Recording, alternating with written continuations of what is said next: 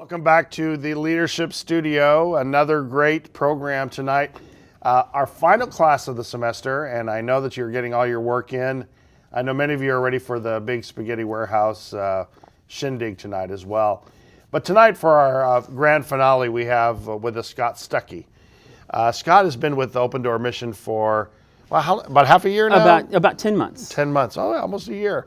And worked in a number of development positions around town, and we're so excited that you're here to sort of lay out some of your expertise in the area of development. You've been doing okay? Been doing good, thank you. I'm very excited to be here. Yeah. Let me ask, the first question that I usually ask people, Scott, is if Scott Stuckey were to write sort of the definitive book on development, what would some of the chapters look like, Scott, in your view? You know, it would be shut up and listen. Chapter 2 would be listen. Chapter 3 would be listen. Get out of the office.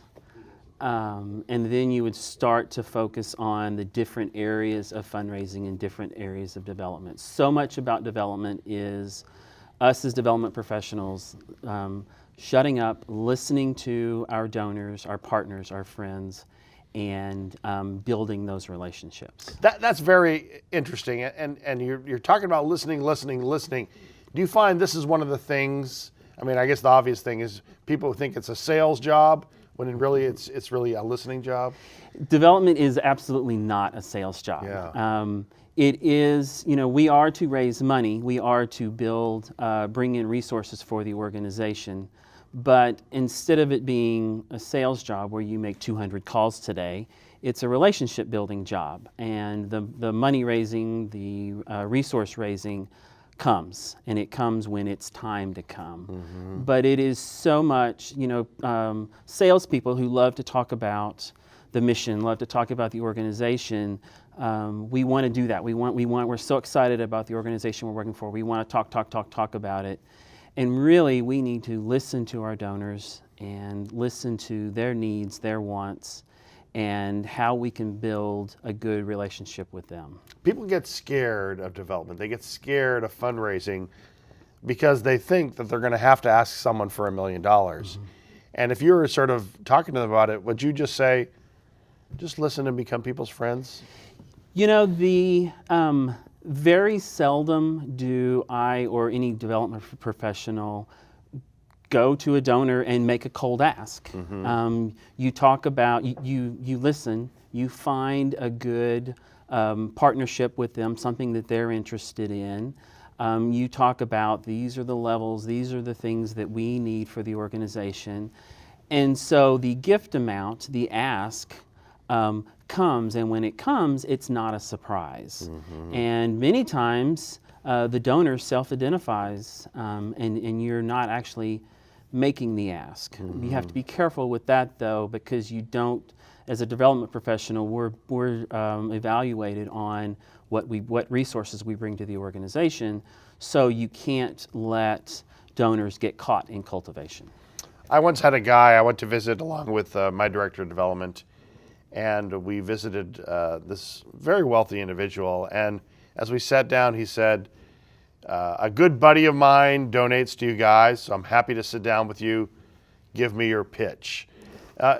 Something like that happens. What do you do, Scott?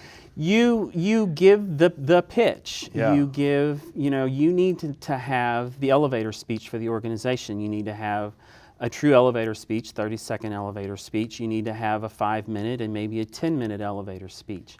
But when somebody says that, you want to really try for them not to give you money. Because a lot of times when somebody gives you money on a first visit, it's a go-away gift. Yeah. It's a very small gift, and that they're done with you because they know why you're there. Mm-hmm. And so, you know, okay, can we get you to, if it's an organization where you can give them a tour, can we get you down for a tour? If it's something where you can get them involved in the clients or involved in the students. Yeah. You know, you want to get them involved, and don't, if they're in a rush to give you money, a lot, there's not much you can do about Right. it. But you really want to try not to force that. That's interesting, and that's a good piece of advice. When you're asked to do the 30-second Open Door mission pitch. What do you do? For Open Door, Open Door is an alcohol and drug recovery center. We're a 10-month Christ-centered program. We serve Houston's homeless, near homeless. We also have a convalescent care center where we serve men, homeless men who have been in the hospital and need a place to stay, need resources, need help getting social services before they go, are able to go back out into the community.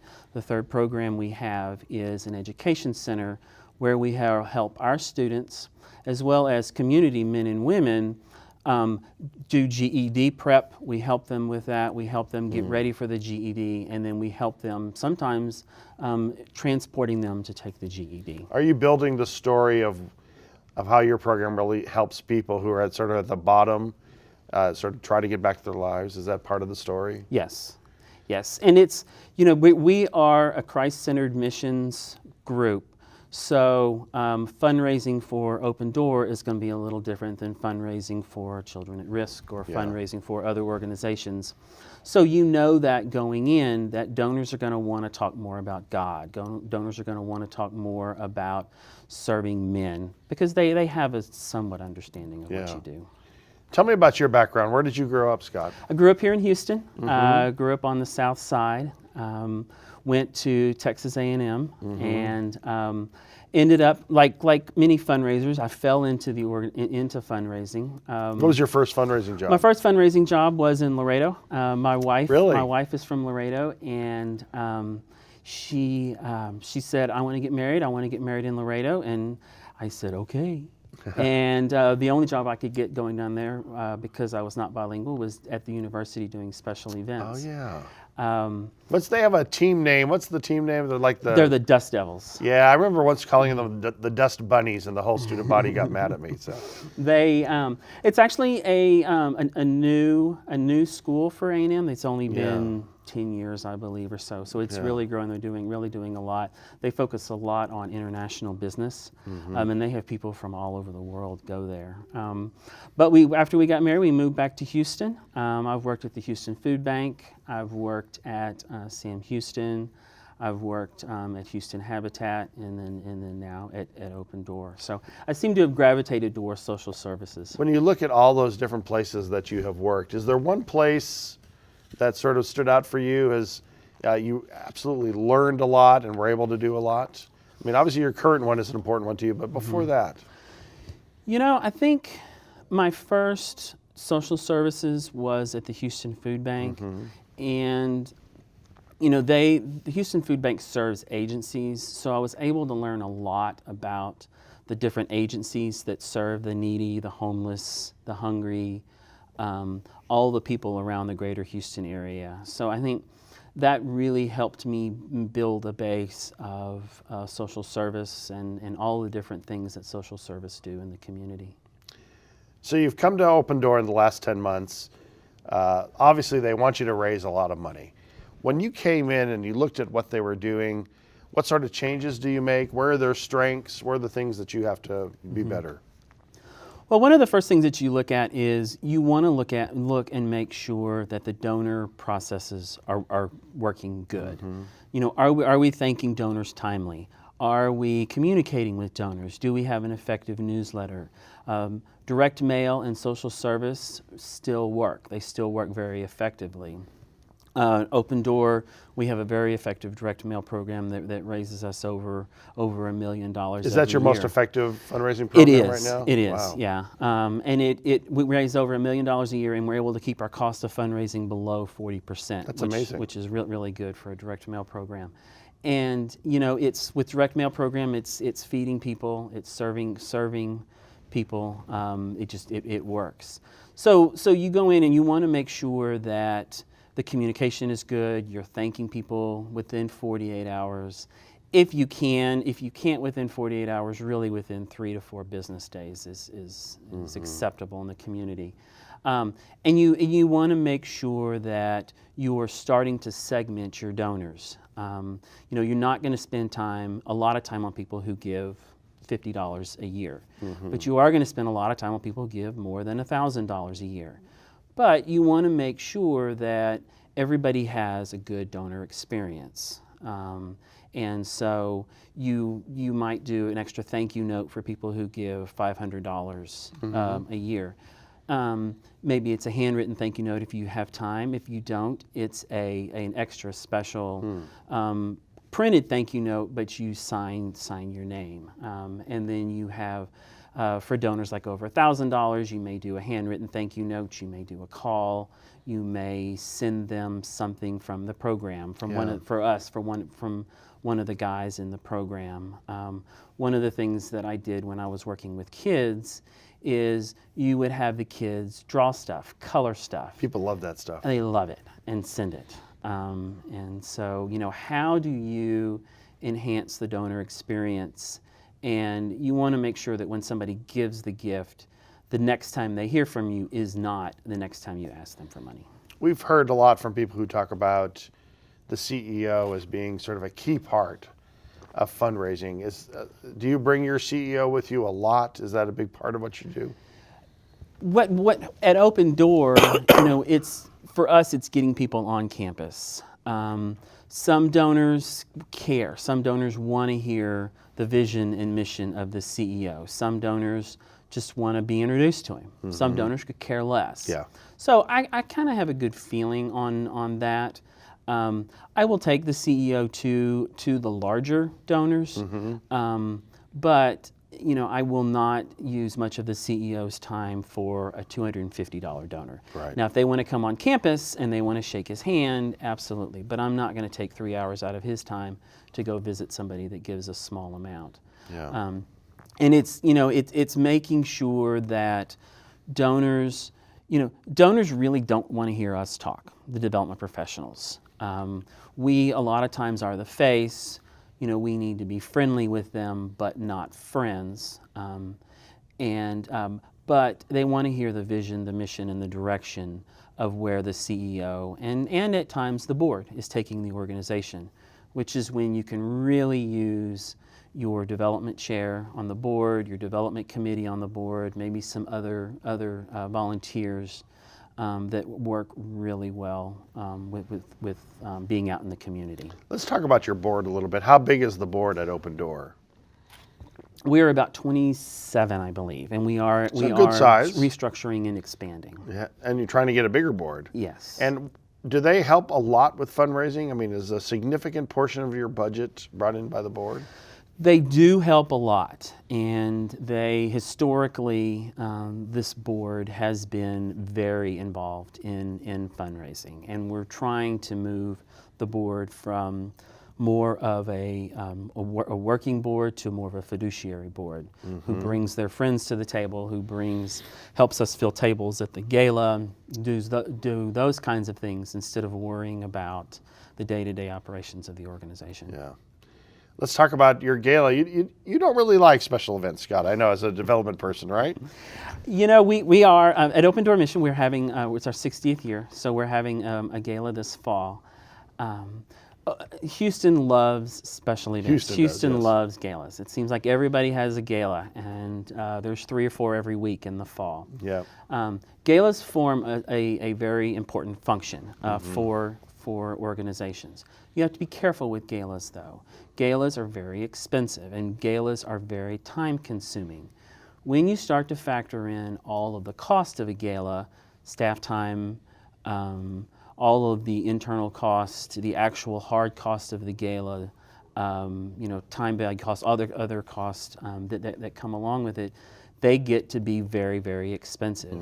A good, well-run gala should cost you 35 to 40%. And it's funny, the Association Fundraising Professionals technically says a well-run gala does not make money. Well, a well-run gala has got to make money. It better make money, right? But they are a very expensive, time-consuming way to raise money. The most effective, efficient way to raise money is belly-to-belly major gift fundraising. But open special events allow you to bring a lot of people to the table, and new people, different people who can be exposed to what your organization is. It's a very different definition in some ways of a friend raiser. I mean, you're bringing in well-heeled friends. Yes. And the key to a successful gala is not necessarily the bottom line, but what happens afterwards. Do they stay friends? And I think that's where a lot of nonprofits don't do as good a job with that, right? Maintaining those people, reminding them of the great experience they had at the gala, and reminding them to continue giving. Yeah, and a lot of times it's hard because, if I buy a table, I'm going to bring 10 of my friends. And I tell you, I'm bringing 10 of my friends to the gala, but I don't give you their names. Right. They don't sign anything while they're there. It's a complete waste. So it's so vital to get names, to get addresses, to make sure that your board, your friends, everybody knows this is what we're doing, this is why we're doing it. And then equally as important is when the gala is over, follow up. Yeah. It's a shower of unrestricted money as well. So financially, if you have a good gala, you have a lot of unrestricted money, and that can be good. Which is a dream. Yeah. Tell me why there are a lot of reasons to not like galas. Just because of the cost and the time that the time associated with it. You can so easily with galas get hung up on chair covers and tablecloth colors and flowers and lighting and all of the things that go with it. Do we do a live auction, a silent auction? Silent auctions, unless you have a really strong volunteer committee, silent auctions are typically not very effective ways to fundraise because they take so much time to get things, and then when you get things, they typically sell for very minimal People cost. are just looking for a deal with a silent auction. They're not looking to give to the charity. That's right. But you can do very well with live auction and big board items. So. Yeah. When you look at all the different components of fundraising, of development, obviously the mail campaign does very well for you guys. When you look across your many different jobs, is there one area that sort of is, if you're a brand new foundation or brand new nonprofit, it's the way to go after? I think really you have to start with imagine circles, just a continuous amount of circles. You have to start on the inside circles and work yourself out. So your inside circles are going to be the founders, the board, the people who help set this up. If somebody, if you're setting up a nonprofit or you're working for a very young new nonprofit, and they don't have people in those inner circles that can help them get the ball rolling, get things rolling, it's very, very difficult. So typically things start with your board, with close friends, with somebody who has a vision to do something but doesn't necessarily want to do the legwork to do it. And then you start to work yourself out. You start to find, okay, where are other volunteers? Where would volunteers be for this kinds of thing?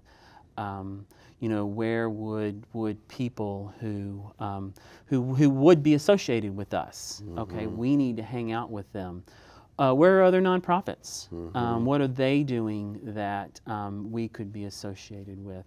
And so you just have to be real careful because there's so many nonprofits in Houston. And one of the mistakes that you see all the time with young nonprofits is, I hear Oprah Winfrey has money. Let's ask Right. Oprah Winfrey. Yeah. Or let's start sending grant requests to everybody. Mm-hmm. Just like individual fundraising, grants is a relationship process. Another one you hear a lot is, if you just make your 200 calls a day, you'll set up appointments and just start cold calling people. And, that's another.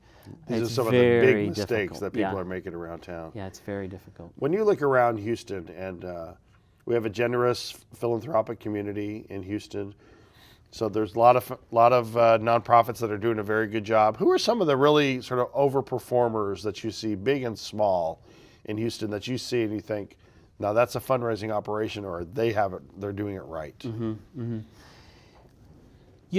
Obviously you think of the big ones. Rice University does a very good job on the university level. On the hospital levels, obviously MD Anderson, they're a machine. Yeah. For social services, the food bank does a very good job. I just met and visited with an individual, the executive director over at the Beacon, who is working a lot with the city of Houston and homelessness, and they're a very relatively new nonprofit, but it seems like they're really working to do things well. We're at Open Door. We're working to try to do things better. The big national chains, I think, have some really good chapters in Houston. Red Cross does really really well in Houston as well. And so, in terms of small ones, I worked with a gentleman once who started a nonprofit. If I remember right, it was Just Do It. And he was in prison, and when he came out, he helped men who were coming out of prison, and he was really doing a good job with fundraising and with setting things up and setting his mission work. So, it's really about relationships. It's really about building relationships. What do we do as a nonprofit in the city of Houston, which is an incredibly generous city? It's also a very smart philanthropic city. What do we do that's different, special, better? And how do we do that? And how do we collaborate with other nonprofits? Because donors and foundations are asking those questions. If the board of Open Door Mission came to you today, Scott, and they said, we want to double our impact. We want to double our budget, and maybe that will triple our impact, but we want to double our budget. So we have to double the amount of money that we're fundraising. Scott, give us a plan to do that. What would you do to double your budget? If you have to significantly increase your fundraising, what do you need to do? The first thing I would do is hire major gift officers. I said at the beginning, get out of the office. It is at times difficult because of internal meetings, internal paperwork, all the thank you notes, all the things that go into stewarding donors. It is difficult to get out of the office. I mean, you literally have to say, okay, I'm spending 3 days doing major gift work. That's all I'm doing. And I'm getting out of the office. So what I would do first is hire people who spend 100% of their time doing major gift work. And as part of that, making sure that I'm hiring the back of the house people who can do the research, who can help build the prospect lists, who can help make sure we're doing the stewarding and the things that we need to do to do that.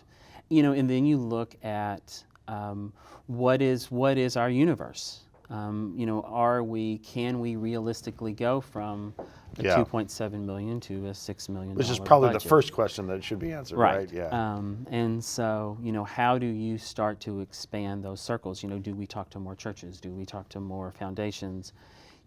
Do we have a donor prospect pool that's healthy enough that we can do that? Yeah. I wonder, though, if at some point Rice University had that conversation, right? So I worked at Rice many years ago when they weren't raising nearly what they're doing now.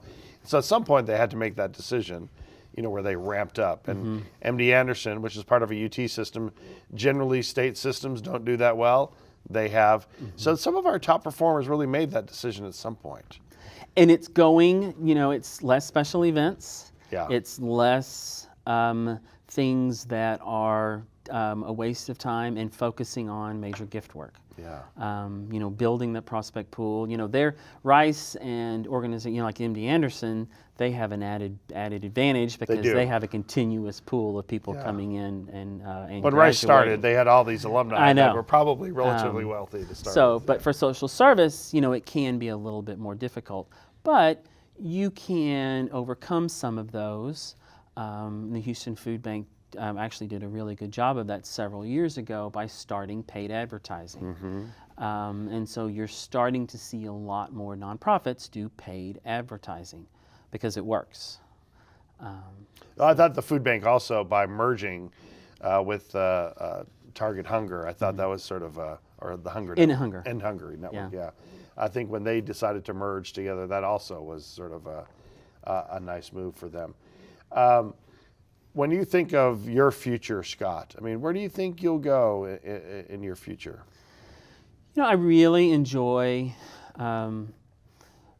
part of the reasons why I got into this field is because of changing people's lives, and so I really enjoyed that aspect of it. I could see me easily going into the executive director level of nonprofits. I've toyed with going to larger nonprofits, going to like an MD Anderson where all you do is focus on major gifts. Because, that is the fun part, getting out and talking to donors, building the relationships. At times paperwork is tedious and gets old, but I can see probably the executive director level. My wife, maybe us trying a different city, maybe, there's the great thing about fundraising is fundraising. It's a process, and it is something that you can do, and it just opens a lot of avenues for you in the nonprofit world. Very good. So let me start with a couple of questions from the students in the class. Magda Alvarenga had a good question here. She wanted to know about the Chevron collaboration. Was that a learning experience, and how will it help you approach future collaborating? The Chevron collaboration with, I'm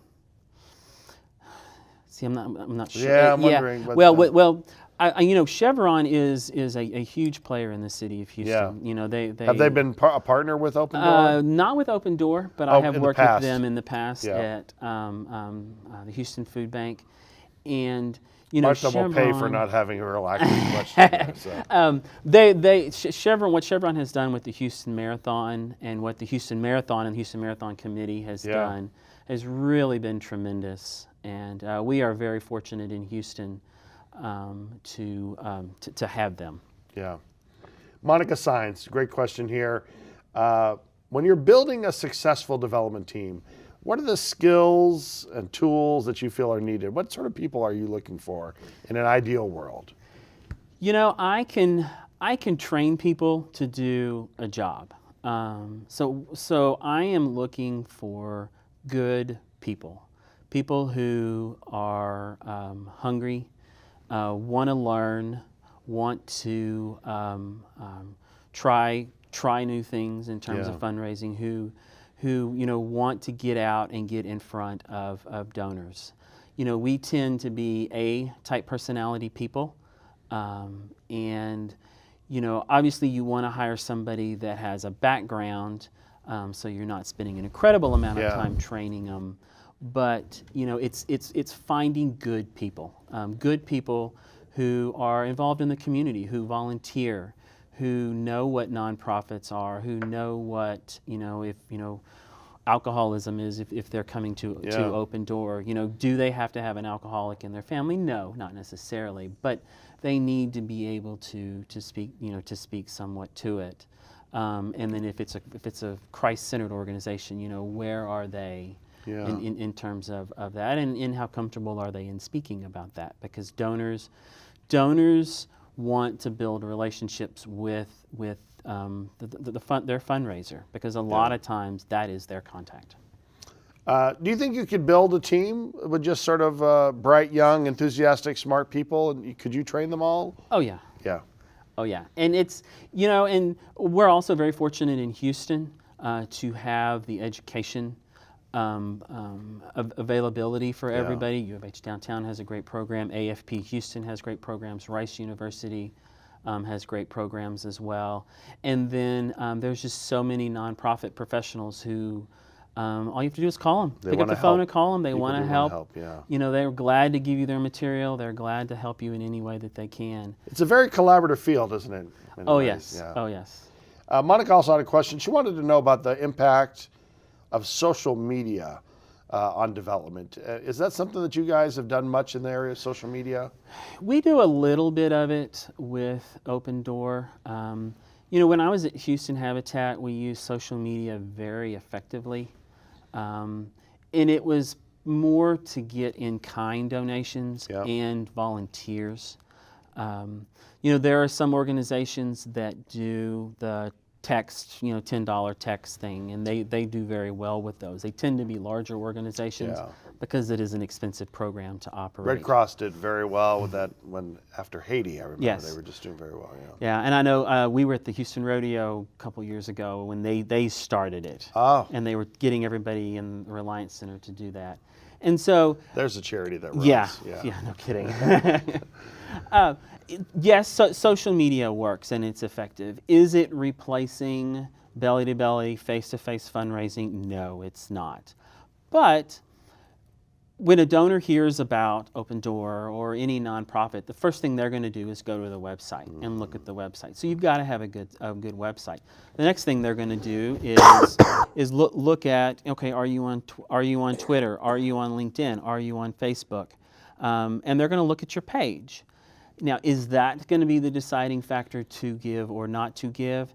Yeah, maybe not. You still have to do the other end of the work, but it is important.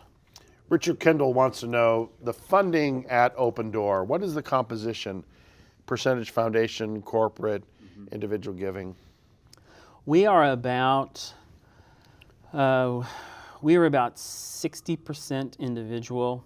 We are about 20% foundation, 15% church, and then I believe that gives us about 8 to 10%, to about 10% corporate. Oh, wow. We are one of the areas that we are lacking on is corporate. And in today's society, corporate fundraising really focuses more on the volunteer experience. Corporations are going to support nonprofits where their employees can volunteer. And so that's one of the things that we're working to build up is a volunteer experience so that we can bring in more corporate gifts. This is very related to Nicole's question. She wants to know, because the board is all volunteers, because the director of development deals with the board, is it important that volunteer management, that a director of development take coursework in that or know a lot about working with volunteers? Absolutely. Volunteers are the lifeblood of an organization. From the board to the people who come in and help every day. You have volunteers who will come, and I've worked at organizations where we've had volunteers that come in every Friday and work every Friday, and that's what they do.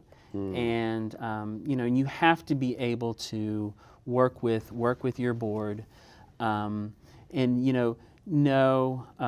of it also is telling volunteers no. Being able to tell a volunteer, we don't do that, we can't do that, you can't do that. And in some extreme cases, tell a volunteer, this is not the best place for you, we need to find someplace else for you. Amy Cole Guzman wants to know, a mature organization like you guys, 60 years old now, how do you find major new donors for a mature organization? A lot of it starts with a direct mail program, a good, healthy direct mail program. We do cultivation where we ask our current donors for money. We also do acquisition where we are literally going out and buying lists. We have people who are a lot smarter than I am to put this together, but we go out and buy lists and we solicit money and try to bring new donors to the organization. So that is an effective way. Being involved in the community, working with other organizations, going to where your donors are. For Open Door, we work a lot with churches. So being involved in churches, speaking at volunteer fairs at churches, at different organizations. It's back to getting out of the office. Working with other nonprofits, having good relationships with other nonprofits, because there may be somebody or something that is not a good fit for one organization, but that is a good fit for yours. And I have done it many a times where I've had a volunteer, a donor come in and want to do something that it wasn't a good fit for my organization, but I helped them get to another nonprofit in Houston where they could, be a benefit. Yeah. I think that's something people often forget about, that sort of that potential in collaborating, because we tend to protect our own, we try to protect our own, certainly our donors, But there's many times where it makes a lot of sense to share. It does, and you know, I tell my staff and I tell nonprofit, I tell donors, I want to be in your top 5. You know, you're going to give to your alma mater, you're going to give to your church, and I want you to give to those, and that's probably going to be 1 and 2. But I want to be one of the other 3. You know, if I can be one of the other 3, I can get you to volunteer, I can get you to give money, I can, you know, move you through the process. So, you know, if I'm helping them find the other 2, that's all the better for me. Amy had another question here, which is interesting. She wants to hear, Scott, your most interesting good or bad fundraising story. Oh, gosh. Do you have a good or bad fundraising story? Probably my most interesting good story was after Ike, the collaboration with, you know, we didn't have power. I was at the Houston Food Bank at the time, and we literally did not have power at the Houston Food Bank. We had generators that were brought in. And the collaboration with the United Way, with the other nonprofits across the city of Houston, I mean, the city literally rolled up our sleeves and got to work. Yeah. And we were very fortunate to work with one of the major car manufacturers who literally came to Houston and donated some vehicles and did some things. And I put it all together, and we could not. I had a real hard time getting cell service around the food bank. I literally found a place in my backyard, and I took paint and drew a circle that I could stand in my backyard, and my cell phone would work. That was it. And that was it. And I would stand there on the phone with these people in Detroit, and we put this thing together. And they came down and donated a lot of food and donated some trucks to us and donated some things to some other organizations.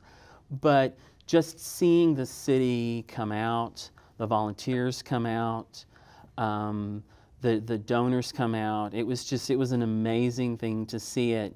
You know, when you hear about other cities, when catastrophes happen, you know, they are me, help, we need your help, we need your help. The city of Houston and excuse me, and Galveston just did not do that. Yeah. It was sort of the very definition of pulling yourself up by your bootstraps. Yeah, It's interesting. Yeah, it was amazing.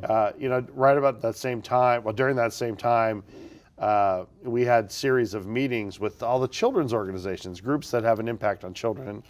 And Brian Green from the Houston Food Bank was there as well. And I remember people getting into an argument because one of the key things for children is that they want to get back to their routine. So the schools needed to open, but the school districts were keeping the schools closed so that teachers could get their lives back to normal. And I remember the nonprofit people yelling, saying, we need the schools open. Yeah. And soon after that, the Chronicle came out and said, open the schools. And because every death of a child during the hurricane happened after the hurricane during downtime. Wow. So it was, it brings out the best, and sometimes it challenges people as well. So yeah. Interesting. It was an amazing time in this city. Yeah. Denise Small wants to know, how does the Open Door Mission reach out to different faith-based congregations to partner to both fundraise and to help in the program? Mm-hmm. You know, we work. I mean, literally, it is calling the community relations person at the churches. You know, Houston is so fortunate that we have the largest grouping of mega churches, I think, in the world. So we're very fortunate to have a large pool there. You know, it's reaching out to the community relations people, and for the most part, the first meeting is you know, let me come to you, let me introduce you about what we do. And, you know, just finding out the men's groups, the men's mission groups, who's the contact for the men's groups. And typically they're going to be volunteers. So then you're opening the onion, the layers of the onion, and getting to people. A lot of times it's starts through volunteering. So how do you get people involved? How do you get people out to see what we do? How do you get people to get engaged? Unfortunately, just about everybody with Open Door Mission has or knows somebody who has either had a drug problem, an alcohol problem, and so it's building those relationships to get them involved, and so churches. Once you get churches tend to be very loyal and very supportive. Amy Rogers wants to know about your board and fundraising, but let's tie it to this last question. Are there members of these same churches on your board? Do they help as well? Yes, absolutely. We are actually very careful because we don't want too many members of the board from the same church. We don't want, one of the issues with Open Door Mission, because 99% of who we serve is men, we have a hard time getting women involved, getting women in leadership positions and on the board. So we constantly work to try to get different people involved. But yes, it is, if you have somebody who is a great volunteer, who is wealthy, a great step for them is moving them to the board. And they will tend to give more money, they will tend to support more, and they will tend to bring their friends to the table more as But they're more engaged. They're owners now, right? They So are. that's an important thing. Sharonda Cox goes back to your same question about targeting men for fundraising. Do you target men for fundraising, or do you specifically try to be as broad as possible? Try to be absolutely as broad as possible. Because of the volunteer aspect, men mentoring men, we tend to have more men volunteers, but we have avenues for women, and we need to create more avenues for women. We need to create more avenues for younger adults, for minorities. We need to create more avenues for everybody to bring them in, and we constantly work on that. And every nonprofit constantly works on that. And so it's just trying to bring them in. Unfortunately, we have too many men on our board, and we need more women. And What's the breakdown right now on your board? Right now, we have 3 women on our board. Yeah. So it's incredibly too small. Yeah. Samantha Coates wants to know about government funding. For housing, do you get government funds, and for some of the other things? We do not. Open Door specifically stays away from Is it because of the religious background? It is something that when the organization was set up many years ago, they made a specific decision not to pursue government funding, and so it is in our bylaws that we do not pursue government funding. Government funding is a double-edged sword. There is a significant amount of money there. Right. But there is a significant amount of paperwork there and a significant amount of time vested in any government grant. Yeah, that's important. If groups are to go after government funding, they just need to have, or be prepared to have, the infrastructure in terms of all the auditing and accounting for the money. And it's not a relaxing way to go. I mean, this is very detailed. Oh yeah, I mean, and there are government grants that have reporting periods of 15 years. And that's a really long time. Yeah. Kristen Marr has a good question about, because you're a rehabilitation center for men only, she wants to know, what are some of the bigger challenges then for fundraising? I mean, I guess we've talked a little bit about this. One of the bigger challenges that we have is that we serve only men. And so one of the things that I try to push is what we do in the community for education. And so we serve women there, and we have women that come in from the community and do education. And so, we're on the east end of Houston, so we're getting involved to try to get the word out. We're getting involved in the East End Chamber. We're making sure that we're involved in the different groups around the East End, so people know to come to us for this free service that we provide.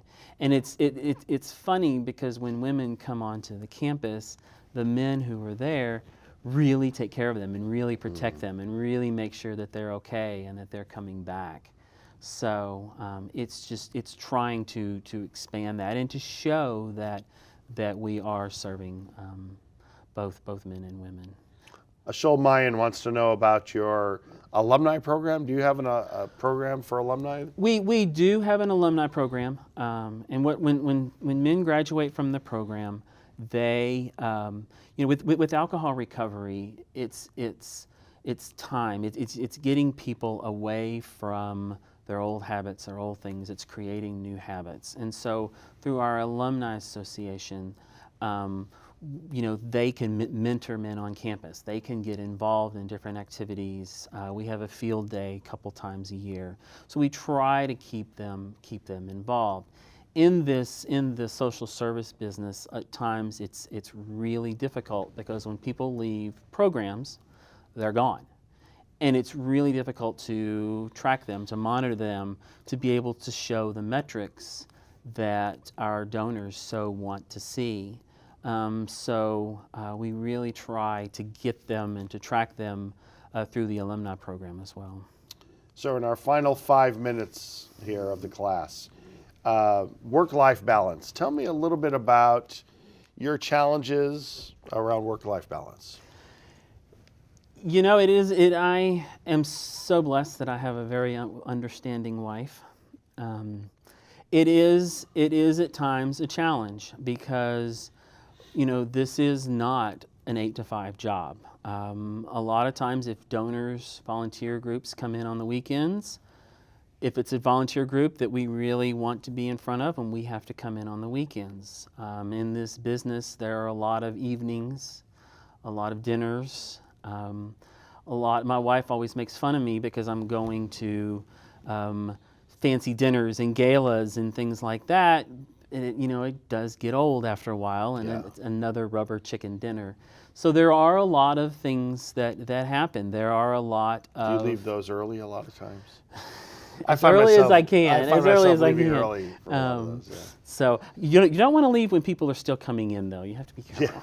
Yeah, that's right. And when you're doing major gift work and you're doing major gift calls, for the most part, it's going to be during the day. And so you're not going to do paperwork during the day. You're going to work on what's bringing money to the organization. So you still have to do board reports. You still have to do metrics. You still have to do staffing reports and performance reviews and all of those things. So there are a lot of evenings and getting up early and working on the computer at home, but at the same time, it's very rewarding. It's very enjoyable, and I just absolutely love it. Yeah. Your favorite restaurant in town, Scott? Oh gosh, I am a huge Star Pizza fan. Star Pizza. I love Star Pizza. I like to take donors. I also like Daily Review Cafe. Yeah. It's a great place when the weather's What a nice. great You can sit outside. fried chicken breast that they have there. I love it. It's one of the best in town. It is. It's really good. I'm also a big fan of Vincent's. Oh, yeah. But with all the construction going on over there, it's kind of hard to get. And that building that burned down there across. Yeah. Is there a sort of a secret place in Houston that's a favorite of yours that no one knows about? That place or park or someplace? I really like the observation deck up on the 66th floor of the Chase Tower. Anybody can go up there. Like right before you go up to the Houston Endowment? Yeah, right? yeah. If the weather's nice, you can see quite a ways across town. That's a beautiful view, yeah. Yeah, and it's quiet, and you can there's restaurants in the tunnels. You can get lunch or whatever and walk up there, and people do it all the time. A very large observation deck. I mean, it's it's easy to get up there too. Yeah. That's good. That's a very good one. And when they make that big Hollywood movie, the Scott Stuckey story, who's going to play you? Oh gosh, he has to be ruggedly handsome. Yeah, that goes without saying. Yeah, I am a huge Matthew McConaughey fan. I think the work that he's doing right now is really And you good. guys look and he's a Texas so alike. Boy. Oh yeah, it's so a I can resemblance. see that. He'd probably play a very good Scott Stuckey. Scott, thanks for the work that you're doing at Open Door. Thanks for everything that you've done in Houston. Thanks for being here with us in the class tonight. Really enjoyed it. Thank you. All right. Well, that's the class for this semester. We have a couple more in store for you next semester. And thank you guys so much. Get all that work in. We'll talk to you soon.